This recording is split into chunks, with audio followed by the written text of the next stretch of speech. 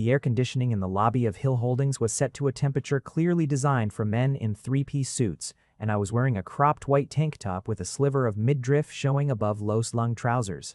Because my best friend Mina had sworn on her life that this was what creative directors wore to first-day meetings now. I stood there with my arms crossed over my stomach, goosebumps rising, and tried to convince myself I looked like someone who belonged in a glass building that touched the clouds, instead of someone who had gotten dressed by a person with a grudge against her own future. The receptionist, a woman with severe bangs and an even more severe expression, looked at me over the rim of her glasses like I had wandered in from a beach instead of from the metro station 3 blocks away. "You're here for the junior designer position," she said. It wasn't a question. It was an accusation. "Greg Hill," I said, sticking out my hand like an idiot, like she'd asked for my name and not confirmed my crime. "Starting today." She didn't shake it. She just picked up the phone, murmured something I couldn't hear, and gestured toward a row of low leather chairs that probably cost more than my monthly rent. I sat. I tugged the hem of my top down for the 11th time since waking up that morning, and I thought about how badly I needed this job, how the rent on my apartment was due in 6 days, how my portfolio had been rejected by 4 other places before this one said yes, and how none of that would matter if I got fired on day 1 for violating a dress code I hadn't been told about because nobody had given me an employee handbook yet. That was when the elevator opened. I want to say I noticed the suit first. I want to say I was professional about it, that my eyes went to his face, his expression, something appropriately respectful. But the truth, the unflattering and slightly mortifying truth, is that I noticed his hands first, the way they were shoved into his trouser pockets unbothered, like a man who had never once worried about whether his clothes were appropriate for any room he walked into because he had never been anything other than exactly what a room expected. Then I noticed his face and I forgot, briefly, how to form a complete thought. He was tall in the specific way that made low ceilings feel personal. Dark hair, combed back but not slicked, like he'd run a hand through it once on his way out the door and decided that was effort enough. A jaw that looked like it had been drawn with a ruler, and eyes. I would spend the next several months trying to find a better word than sharp, and failing, because sharp was exactly right. They cut. They assessed. They landed on me, on my crop top, on my exposed stomach, on the goosebumps I was fairly sure were visible from across the lobby, and something in his expression did a complicated thing I couldn't name yet. It wasn't disgust. It wasn't quite disapproval either, though it had disapproval's posture. It was more like he'd been asked a question in a language he understood perfectly and didn't want to answer. "Dorian Oliver," the receptionist said, standing so fast her chair rolled backward. "I didn't realize you'd be down here personally." "I wasn't planning to be." His voice was low, even. The kind of voice that didn't need volume to fill a room, because everyone in the room had already decided to listen to it. "I was told the new junior designer started today. I wanted to meet her before the orientation."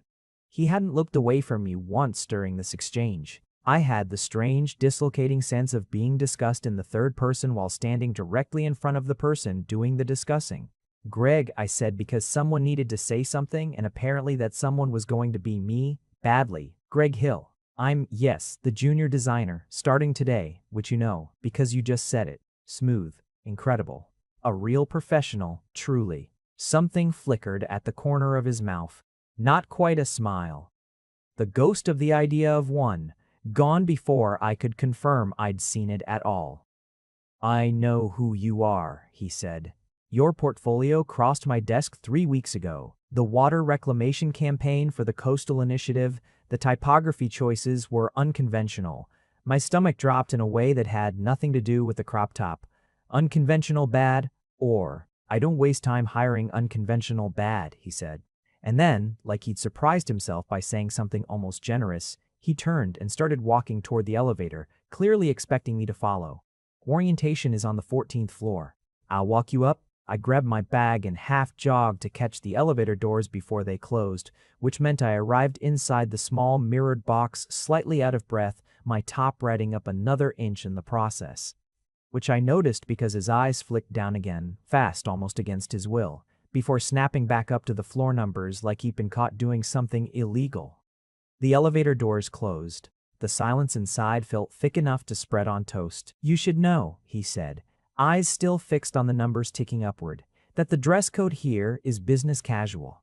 Not." His hand made a small helpless gesture in my general direction, encompassing apparently all of me. Not whatever the trend is calling itself this season. Heat crawled up my neck. "Nobody sent me a handbook. HR will have one for you at orientation." "Great, wonderful. I'll be sure to read it religiously before tomorrow so I don't offend anyone's delicate sensibilities again." I hadn't meant to sound that sharp. It just came out. The way things do when you're embarrassed and trying to cover it with attitude instead of grace. I braced for him to say something about insubordination, about how this was not the tone to take with the man whose name was on the building. Instead, he made a sound. Quiet, almost a laugh, if laughs could be conducted entirely through the nose and a single exhale. "I didn't say it offended me," he said. The elevator doors opened on the 14th floor before I could ask what exactly he meant by that, and I have spent an embarrassing number of hours since then turning the sentence over like a stone in my pocket, looking for the smooth side.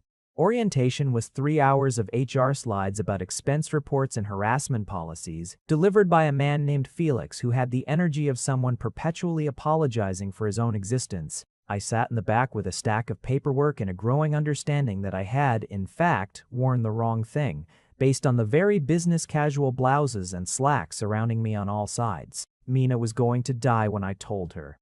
I was going to bury her myself.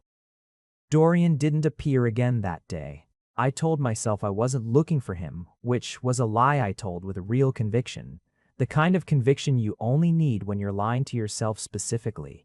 By the time I found my desk, a small corner station near a window with a monitor that looked newer than my entire apartment, it was almost 5, and a woman about my age with bright orange hair and an armful of bangles was leaning against the cubicle wall, watching me unpack my bag. "You're the one who walked in wearing a crop top on your first day," she said. Not a question, again. Apparently, this was a building full of people who didn't ask questions, only confirmed facts they'd already decided on. News travels fast. News travels at the speed of Dorian Oliver coming down from the executive floor in person to meet a junior hire, she said, hopping up to sit on the edge of my desk like we were already friends, which, it turned out we more or less instantly were. He's never done that, not once, not for anybody, not in the 2 years I've worked here. People are already saying things. What kind of things? The kind of things people say when the most unreachable man in the company personally escorts a stranger to orientation, she said, grinning. "I'm Priya, by the way, graphic design, 3rd floor, but I steal coffee from this floor because the machine's better. You should know that Dorian Oliver does not do warm. He does competent and he does silent, and occasionally, if you're very good at your job, he does a single nod that people frame and put on their walls. He does not do lobby greetings. Maybe he just wanted to see if the portfolio matched the person," I said, trying to sound unbothered, failing audibly even to my own ears. Priya's grin widened into something dangerous. "Maybe," she said in the tone of someone who did not believe that for a second and had no intention of pretending otherwise. The first month passed in the blur that any new job does. Names I couldn't keep straight, software I had to relearn under different shortcuts. The particular exhaustion of being evaluated by people who hadn't yet decided whether they liked you. I threw myself into the work because it was the one part of this new life that made sense to me. The one place where I knew exactly what I was doing and why. I redesigned a packaging line for a client who hated everything. I sat in meetings where older designers talked over me until I learned, the hard way, to talk louder and first. I learned the building, which bathroom had decent lighting, which elevator was always crowded, where you could hide for 10 minutes if you needed to cry quietly about a deadline without anyone seeing. I saw Dorian Oliver 4 times in that first month, twice in passing, in hallways where he nodded at me with the exact same expression he gave the potted plants. Acknowledgement without engagement. Once in an elevator where neither of us said anything and I spent the entire ride staring very hard at my phone, pretending to read an email I'd already read twice. And once in a meeting, the big one, the quarterly review where the entire design floor presented to the executive team, and I watched him sit at the head of the table with his jacket off and his sleeves rolled to the forearm, listening to 12 different people pitch their work with an expression of perfect, unreadable neutrality. When it was my turn, my hands were shaking. I practiced the pitch in the bathroom mirror that morning, in front of Priya, in the elevator on the way up. I practiced it so many times the words had started to lose meaning, the way any word does if you say it enough times in a row. I don't remember most of what I said. I remember the slides. A rebrand concept for a struggling regional client, built around the idea of restraint, of negative space doing the talking instead of color and noise. I remember someone in a gray suit asking a question about budget that I fumbled. I remember finishing and sitting back down so fast my chair nearly tipped, my face hot, certain I'd embarrass myself in front of the entire executive floor on top of everything else. And I remember with a clarity that has not faded one bit in all the months since the moment Dorian Oliver looked up from his notes, found my eyes across the conference table and said, "That's the strongest concept in the room." The whole table turned to look at me.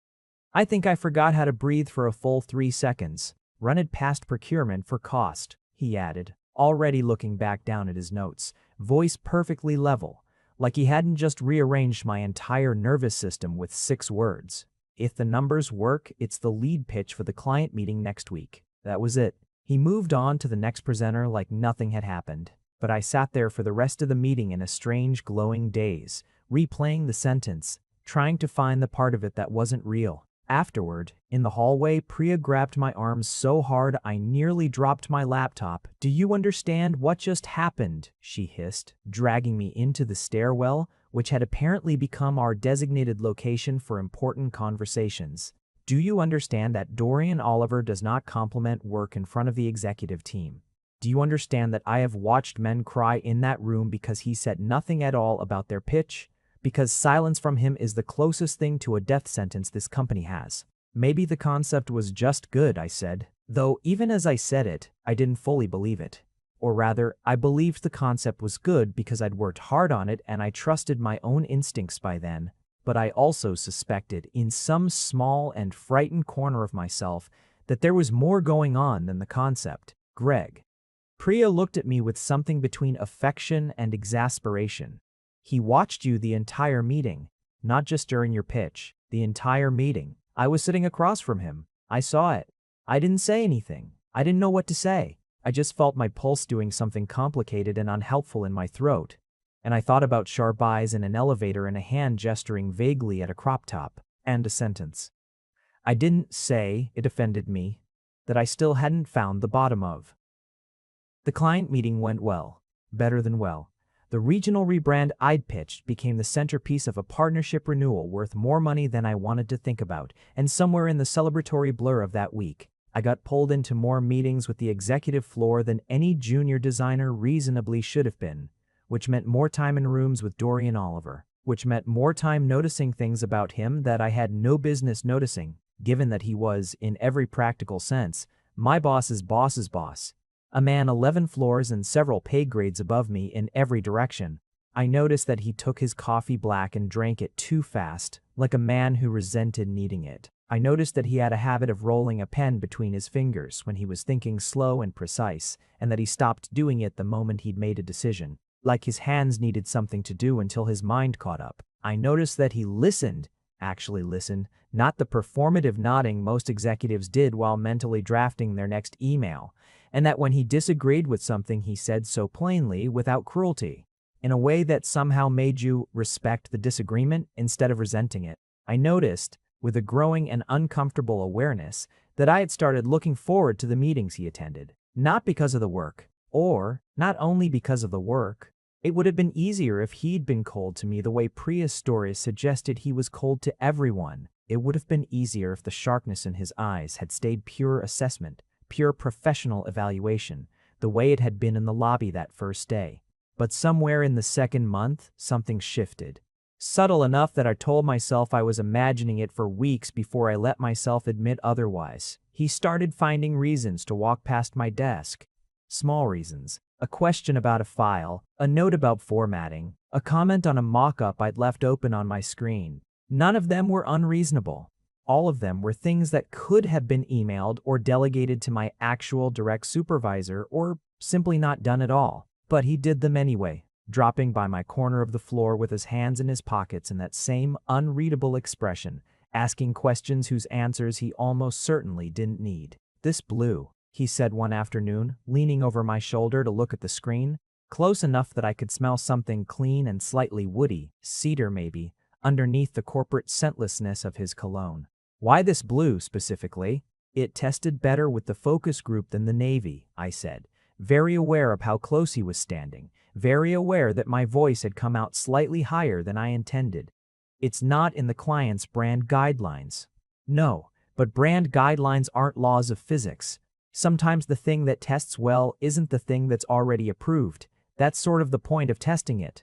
I felt him go still beside me. For a second I thought I'd overstepped, said the thing too bluntly, the way I sometimes did when I was nervous and covered the nerves with confidence I didn't entirely feel. But when I glanced up at him, he wasn't frowning. He was looking at me with an expression I hadn't seen on him before, something almost like amusement wearing the costume of seriousness. No, he agreed. It's not. He straightened up, smoothed down the front of his jacket. A habit I'd started to notice he had whenever a conversation ended somewhere he hadn't fully planned for it to go. Keep the blue, he said. Send the file to my assistant by end of day. And then he was gone, back toward the elevator, and I sat there with my heart doing something it had absolutely no business doing over a conversation about hex codes. Priya, predictably, had opinions. You know what I think, she said. The two of us crammed into our usual stairwell spot with coffee that had gone lukewarm an hour ago. I think Dorian Oliver has never had to want something he couldn't immediately acquire through sheer force of being terrifying and rich. I think this is new territory for him. I think you should be careful. There's nothing to be careful about, I said, which was, by that point, a lie so thin you could read a newspaper through it. He's my boss, several layers of boss. It would be insane. I didn't say it wasn't insane. I said you should be careful. Those are different statements. Priya took a long sip of her cold coffee, grimaced, drank more anyway, out of some instinct toward caffeine that overrode taste. Also, for the record, I don't think it's one-sided. I have seen that man review 11 separate department budgets without changing his expression once. I watched him forget what he was saying mid-sentence when you walked into the break room last week. He did not. He absolutely did. He was talking to Felix about Q3 projections, and then you walked in to get tea and he just stopped mid-number. Felix had to repeat the question twice. I didn't have a response to that. I just drank my own cold coffee and tried to ignore the warmth spreading through my chest, which had nothing to do with caffeine, and everything to do with the picture Priya had just painted unbidden, of a man who did not lose his place in conversations losing his place because of me.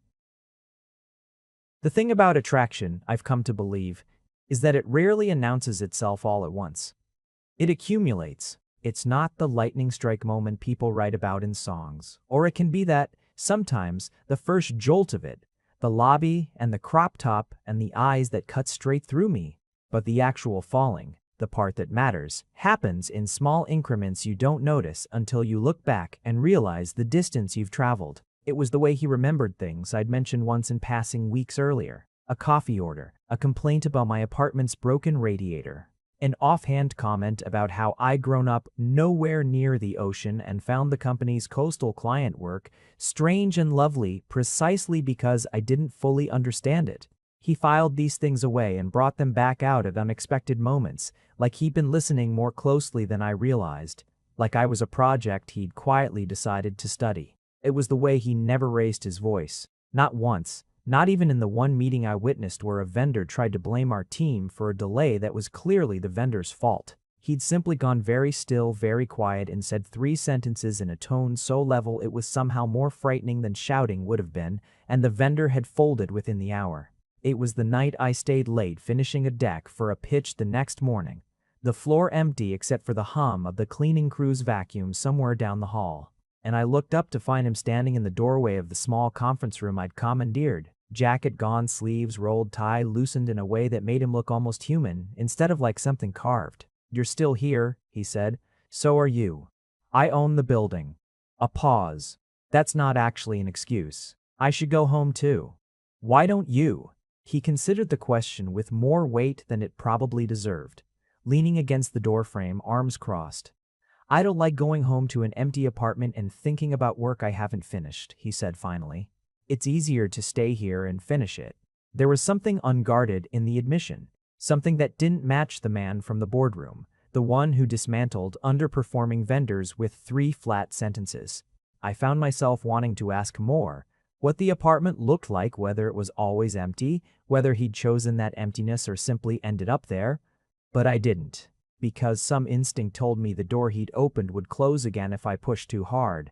Instead, I said, "I'm almost done. Wanna look it over? Second opinion before tomorrow." He came in. He sat beside me, not across beside, close enough that our shoulders nearly touched when he leaned in to read the scream, and for the next 40 minutes we worked through the deck together. His suggestions sharp and useful, mine occasionally better than his, both of us, conceding points without ego, the way you only can with someone whose judgment you've come to trust. It was, I would realize later, one of the best conversations of my life, and almost none of it was about anything except slide transitions and color contrast. When we finished, he didn't get up right away. He sat there for a moment, looking at the finished deck on the screen, and then, without turning to look at me, he said, "You're good at this. Better than good." I knew it from the portfolio, but I wanted to be sure it wasn't a fluke. And it's not a fluke. He turned then, and his eyes found mine in the dim conference room light, and something passed between us that didn't need words, that I felt low in my stomach like a held breath finally released. "I should let you go home. You said that about yourself 20 minutes ago. Doesn't seem like either of us is good at taking that advice." The corner of his mouth did the thing again. The almost smile, the one I'd started collecting like rare coins. "No," he agreed. "I suppose we're not." He stood, smoothed his jacket from where it hung over the chair, and at the door he paused, hand on the frame, and looked back at me with an expression I couldn't fully read, somewhere between reluctance and resolve. "Good night, Greg," he said. My name in his voice did something to my chest. It had no business doing. "Good night, Dorian." It was the first time I'd used his first name without a title attached, without Mr. Oliver cushioning it into something professional and safe. He didn't correct me. He just held my gaze for one more beat, long enough that the air in the room seemed to change temperature, and then he was gone. Footsteps fading down the empty hallway, and I sat alone in the conference room with my heart slamming against my ribs like it was trying to escape and follow him. I told Priya everything the next morning in the stairwell, in a rushed whisper punctuated by her increasingly delighted gasps. "He said your name like that," she repeated, hand pressed dramatically to her chest. "Greg. Like it meant something. It's my name, Priya. It's supposed to mean something." Not the way he said it, apparently. "You're describing a man having a religious experience over a junior designer's first name." She grinned, then sobered slightly, tilting her head. "Are you gonna do anything about it?" "What is there to do? He's the CEO. I'm 3 months into my first real job. If something happened and it went badly, I wouldn't just lose a guy I like. I'd lose my entire career. People would assume I got hired for," I gestured vaguely, "reasons that have nothing to do with my actual portfolio. I'd never live it down." Priya's expression softened. "That's fair. That's a real risk, and I'm not going to pretend it isn't." She bumped her shoulder against mine. "But for what it's worth, and I say this as someone who has watched that man for 2 years be completely, almost inhumanly controlled about everything, I don't think he's the type to start something he doesn't intend to finish carefully. He's not reckless. If he's letting himself want something, he's already thought it through 6 different ways." I didn't know what to do with that information except carry it around with me for the rest of the day, turning it over like I'd turned over the elevator sentence. Like I'd turned over every small, unguarded moment he'd given me since the lobby. I wanted to believe her. I wanted more than I was entirely comfortable admitting, to find out if she was right. I should say before I go further that it wasn't all soft lighting and almost smiles. There was a stretch in there, about 3 weeks, right after the late-night conference room conversation, where I genuinely believed I'd imagined the entire thing, where I convinced myself that I'd built an elaborate fantasy out of a tired man being polite to an employee who'd stayed late, and that I was about to embarrass myself in a way that would follow me for the rest of my career. It started small. He stopped walking past my desk, not abruptly, not coldly. He simply wasn't there anymore, in the casual, unplanned way he used to be, hovering with a question about a file that didn't need answering. A week went by. Then another. I told myself this was for the best.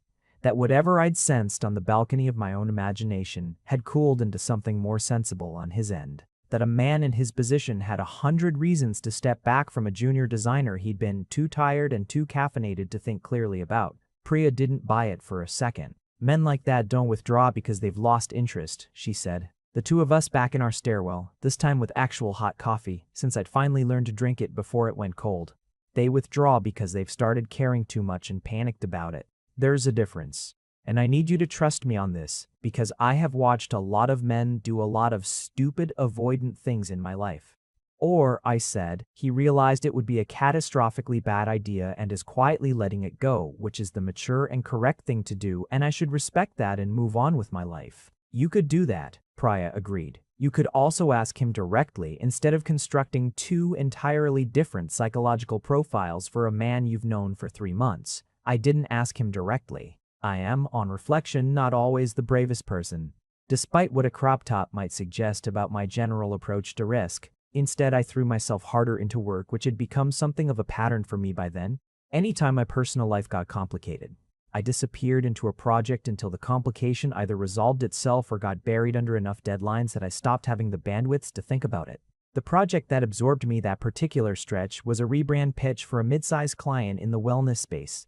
The kind of account that wasn't glamorous but paid well and came with real creative freedom. Since nobody on the executive floor cared enough about a regional supplement company to micromanage the work, I built 3 concepts from scratch, stayed late 4 nights running, and managed, for the most part, not to think about Dorian Oliver and his sudden, unexplained absence from my desk. Mostly, it was on the 4th of those late nights that I learned the absence hadn't been disinterest at all. I was in the small conference room again.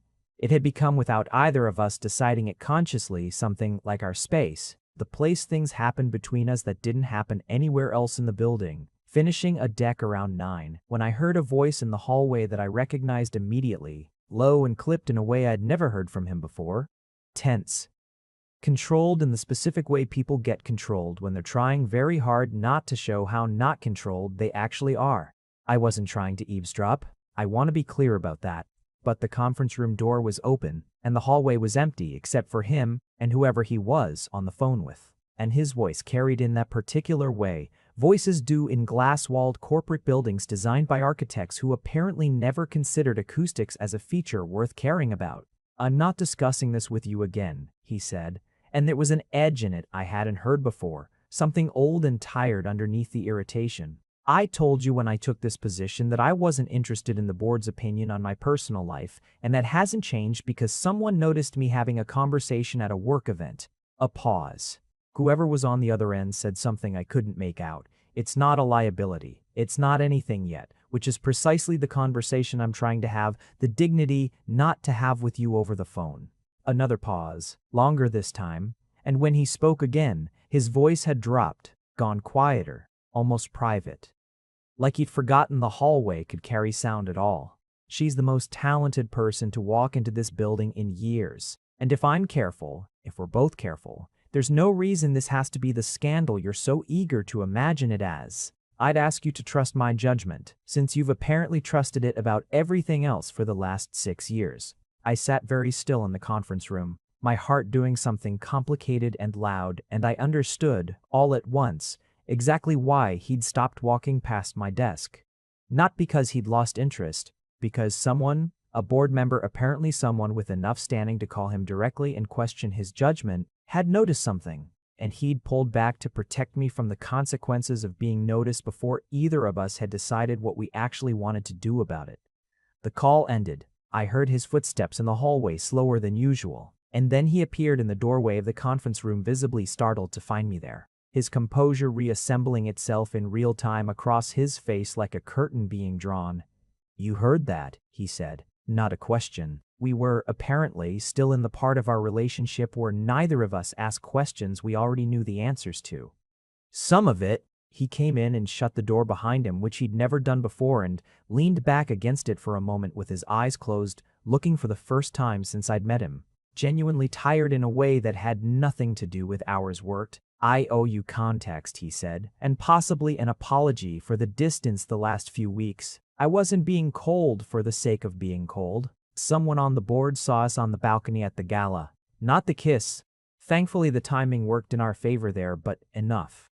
Enough to ask questions. And you've been avoiding me to make the questions go away. I've been avoiding you to figure out how to answer them without it costing you anything, he corrected gently but firmly.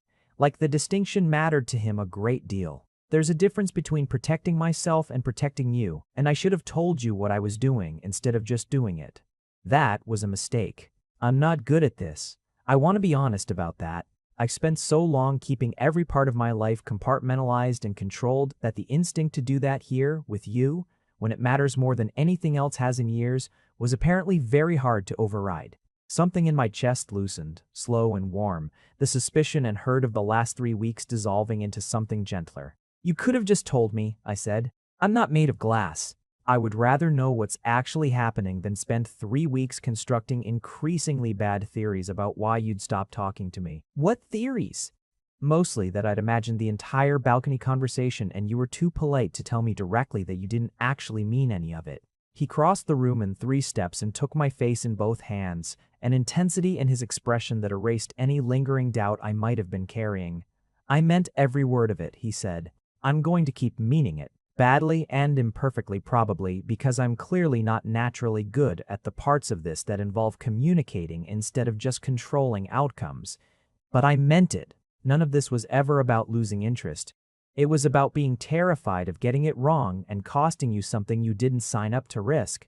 Then don't disappear again, I said. Whatever it costs, I'd rather decide what I'm willing to risk for myself. Agreed, he said, and kissed me there in the conference room with a kind of fierce apologetic thoroughness that more than made up for 3 weeks of silence, his hands sliding from my face into my hair. Mine fisting in the front of his shirt like I could hold him there permanently if I just gripped hard enough. When we finally broke apart, breathless, he rested his forehead against mine the way he had on the balcony and murmured, "Lo, I'm going to talk to HR this week.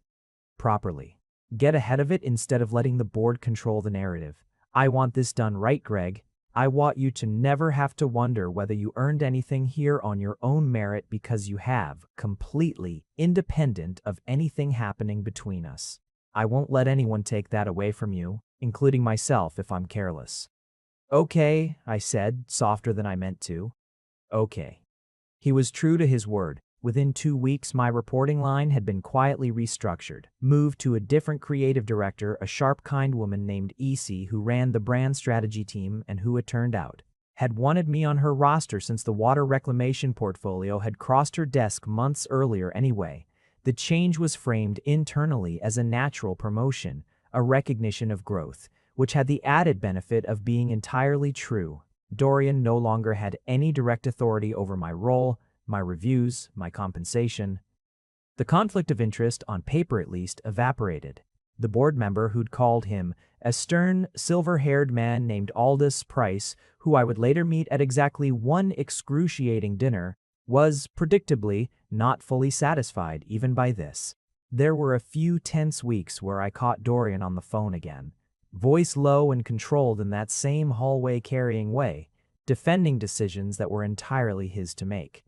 But he never pulled back from me again. If anything, the opposite. He became in a strange and almost defiant way more visible about it, walking me to the elevator at the end of the day in full view of the floor, sitting beside me at the company lunch instead of at the executive table, small public gestures that said without him ever having to say it out loud, "I am not hiding this and I am not ashamed of it." The next several weeks were an exercise in a particular kind of torture, the torture of proximity without resolution. He didn't stop finding reasons to walk past my desk. I didn't stop noticing every single one of them.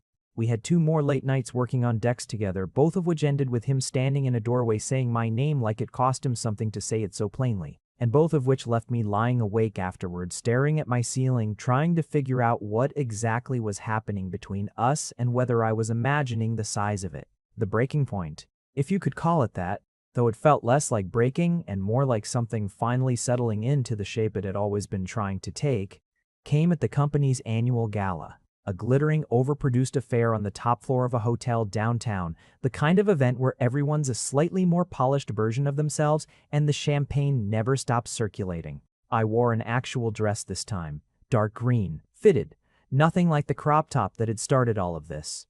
I'd agonized over it with Mina on a video call for 45 minutes, both of us holding up options to the camera like we were back in college getting ready for a party that actually mattered. When I walked into the ballroom and saw Dorian across the room in a black suit that fit him like it had been poured onto him, I watched his eyes find me and stay there. Watched something shift in his posture, subtle but unmistakable, like a held breath he didn't realize he'd been holding until I appeared.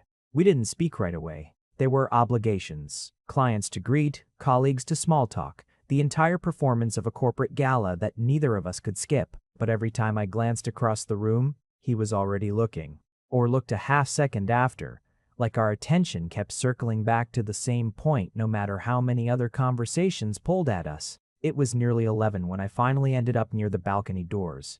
The noise of the party muffled behind glass. The city spread out below in a smear of light. I stepped outside for air, for quiet, for a moment to breathe that wasn't filled with small talk about quarterly projections. And I wasn't surprised exactly when the door opened again a few minutes later and he stepped out to join me. "Hiding," he said, coming to stand beside me at the railing, close enough that his sleeve brushed mine. "Regrouping," I corrected. "There's a difference." "Is there?" He looked out at the skyline instead of at me, and for a moment neither of us said anything, the cold air doing something to clear my head that the champagne had been steadily fogging. "I've been trying to figure out how to say something to you for a while now," he said finally, voice quieter than I'd ever heard it. None of the boardroom flatness in it at all. "And I keep deciding it's a bad idea, and then deciding the bad idea is worth saying anyway." My pulse climbed into my throat. "What kind of something?" He turned to look at me then, and the sharpness in his eyes had softened into something else entirely. Something that made my breath catch in a way I felt all the way down to my fingertips. The kind that involves me, the head of this company, having spent 3 months unable to stop thinking about a junior designer who walked into my lobby in a crop top and looked more sure of herself than half my executive team, he said. The kind where I've told myself a dozen times that this is reckless, that it's a conflict of interest, that I should put a wall between us and never cross it, and the kind where none of that has made the wanting go away even a little. I didn't trust my voice immediately, so I just looked at him at the careful, deliberate way he was watching me waiting, like a man who had already decided to say the rest if I gave him any indication he should. "You said it didn't offend you," I said finally, softly. "The crop top.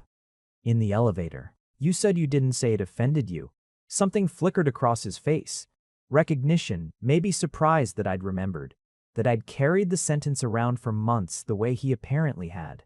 "It didn't," he said. "It did something else entirely. I just didn't have the right words for it that day. I'm not sure I have better ones now."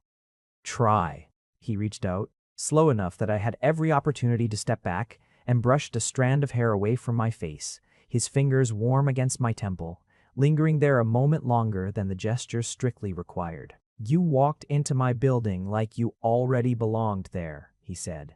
"Like the building was the one auditioning for you and not the other way around. I've spent my entire life around people who are careful, who calculate every move, who dress and speak and behave exactly as expected because the expectation is the safest possible bet. And then you walked in wearing something that violated a dress code nobody had told you about yet, with your chin up like you dared anyone to say something about it."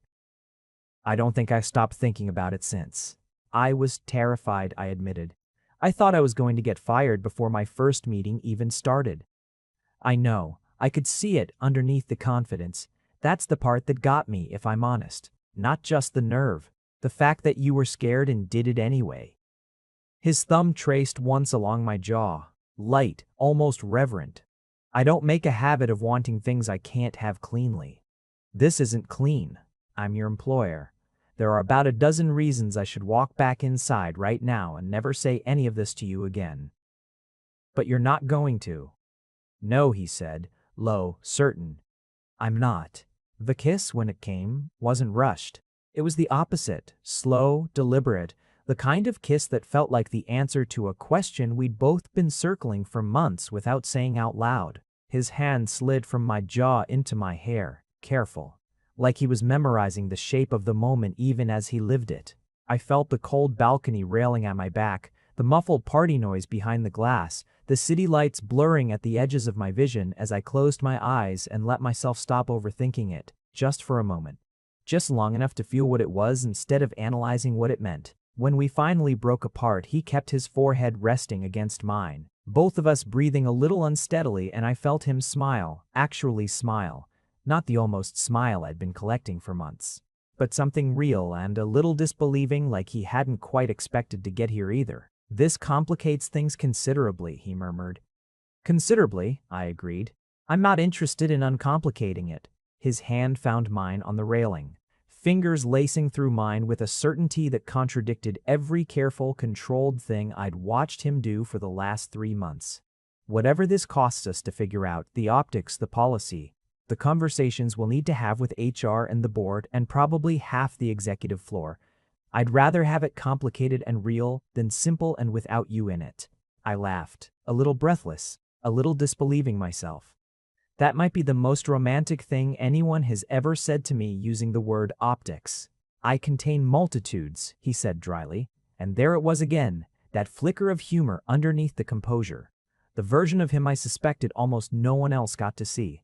"We'll figure out the rest. The titles, the reporting structure, whatever needs to change so this isn't a liability for you. I mean that. I won't let this cost you anything you didn't choose to risk yourself. And if I choose to risk it—" He looked at me for a long moment, something fierce and certain moving behind his eyes.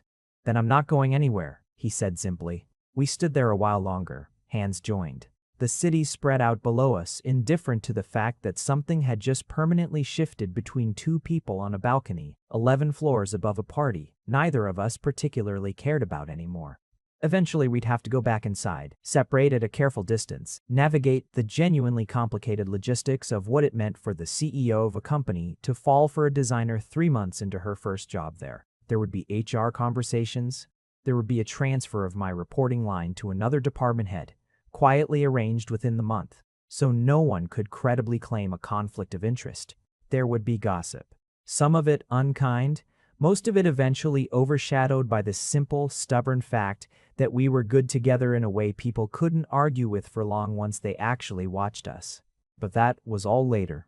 That night on the balcony, none of it mattered yet. There was only his hand in mine, the cold air, the city lights, and the strange, dizzying certainty that the crop top I'd agonized over that first terrified morning, the one I'd been so sure would end my career before it started, had instead been the first small, accidental act of bravery in a much longer story I hadn't known I was beginning. The dinner with Aldous Price happened about 2 months after the gala, once the dust from the reporting line change had settled and the company gossip had largely moved on to other fresher subjects. The way office gossip always does if you just survive it long enough. Dorian had warned me about him in advance. In the careful, measured way he warned me about most difficult things, not minimizing, not catastrophizing, just laying out the facts and letting me decide how braced I wanted to be. "He's not unkind," Dorian said, the night before, the two of us on the couch in his apartment, my feet in his lap while he absently traced patterns against my ankle, a habit he'd developed that I found unreasonably soothing. "He's careful, old money, old instincts, genuinely cares about the company's reputation in a way that isn't entirely cynical. He's going to ask you questions that feel like an interrogation. He's going to do it because he wants to be reassured, not because he wants to corner you. And if I fail the interrogation, you won't." He said it with such flat, uncomplicated certainty that I almost believed him completely. "But if somehow you did, it wouldn't change anything between us. I want you to walk in there knowing that. This dinner isn't an audition. You don't need his approval to keep your job, your reporting line, or me. It's a courtesy, and only that." The dinner itself was, true to his prediction, less an interrogation than a careful, old-fashioned cross-examination delivered over an excellent steak at a restaurant with low lighting and a wine list longer than some novels. Aldous Price had pale, assessing eyes that reminded me uncomfortably of how Dorian's had looked the very first day I met him in the lobby, before they'd softened into something else entirely. "You understand the position this puts the company in," Price said, somewhere between the appetizer and the main course, swirling wine he hadn't yet drunk. "Optics matter, Mr. Hill. Perception, fair or not, shapes how clients and shareholders view leadership. I understand it puts the company in a position where its CEO is happy," I said, keeping my voice level, the way I'd practiced in the mirror that morning with Mina on speakerphone coaching me through it. I also understand that I earned my position here on the strength of my portfolio and my work independently verifiable by anyone who reviews it, and that the timing of my personal relationship has no bearing on the quality of either. Something shifted in Price's expression, not quite a smile but something adjacent to respect. "She's sharp," he said to Dorian, like I wasn't sitting directly across from him, which would have annoyed me if I hadn't caught the corner of Dorian's mouth twitching with poorly suppressed pride. "I told you," Dorian said. "You told me a great many things about her professional capabilities. You said nothing about her ability to handle me directly." Price finally took a sip of the wine, set the glass down with deliberate precision. "I withdraw my objection. For what it's worth, which I suspect isn't much to either of you at this point, I'll simply say this, Mr. Hill. He's not an easy man to reach. I've watched him build walls around himself for the better part of a decade, ever since he took this company over from his father and decided that letting anyone close was a liability he couldn't afford. If you found a way past that, I'd advise you not to take it for granted." I glanced at Dorian, who was looking down at his plate with an expression I couldn't fully read. Something private and a little exposed, passing across his face before he caught me watching, and the composure slid back into place. "I don't take it for granted," I said quietly, meaning it more than I'd meant almost anything in my life. The rest of the dinner passed more easily after that. Price, it turned out, had a dry, unexpected sense of humor once the formal interrogation portion concluded, and by dessert he was telling stories about Dorian as a stubborn 26-year-old inheriting a company nobody believed. He was ready to run stories that made Dorian groan and protest, and eventually laugh in a way I'd rarely heard from him in the office, open and unguarded and warm. Walking out to the car afterward, his hand found mine without either of us deciding it consciously, the way it had started to over the past months. An instinct rather than a choice. "That went better than I expected," I said. "He likes you," Dorian said, sounding faintly surprised by his own observation. "I haven't seen him warm to anyone that quickly in years. Possibly ever." He glanced down at me, something soft moving behind the sharpness that had first caught my attention in a lobby that now felt like a lifetime ago. "I told you that you didn't need his approval. I didn't expect you'd earn it so thoroughly anyway." "I contain multitudes," I said, echoing him. And he laughed, a real laugh, low and surprised out of him, the kind I'd come to treasure precisely because it was rare enough to still feel like a gift every time. The months that followed were in the unglamorous way that real happiness usually is, mostly ordinary. We didn't tell people all at once. We let it become simply true, the way facts about a person settle into general knowledge without anyone needing to make an announcement. Priya, of course, took an enormous and entirely justified amount of credit for having called it from the very beginning, and I let her because she'd earned it and because watching her gloat was its own small pleasure. They were difficult stretches too, the kind any honest accounting of a relationship has to include. There was a period around month 4 when a trade publication ran a brief speculative item about office romance at the top that neither named me directly, but was specific enough that half the building knew exactly who it meant. And I spent a miserable week certain that every conversation in the break room stopped a half-second too quickly when I walked in. Dorian handled it the way he handled most things that threatened me directly, calmly, decisively, and with a controlled fury I only got to see the edges of. A single phone call to the outlet's editor that resulted in a correction so swift I suspected he'd called in a favor he'd been saving for exactly this kind of occasion. "You didn't have to do that," I told him that night, curled against his side on the couch, the city lights through his apartment windows doing their familiar smear against the dark. "I did, actually," he said, simply. "I'm not interested in being the kind of partner who lets the people who matter to me twist in the wind because intervening might look complicated. I have resources. I'd rather use them protecting you than hoarding them for some abstract future need." It was, I'd come to learn, very characteristic of him, the controlled exterior concealing a fierce, almost startling protectiveness underneath.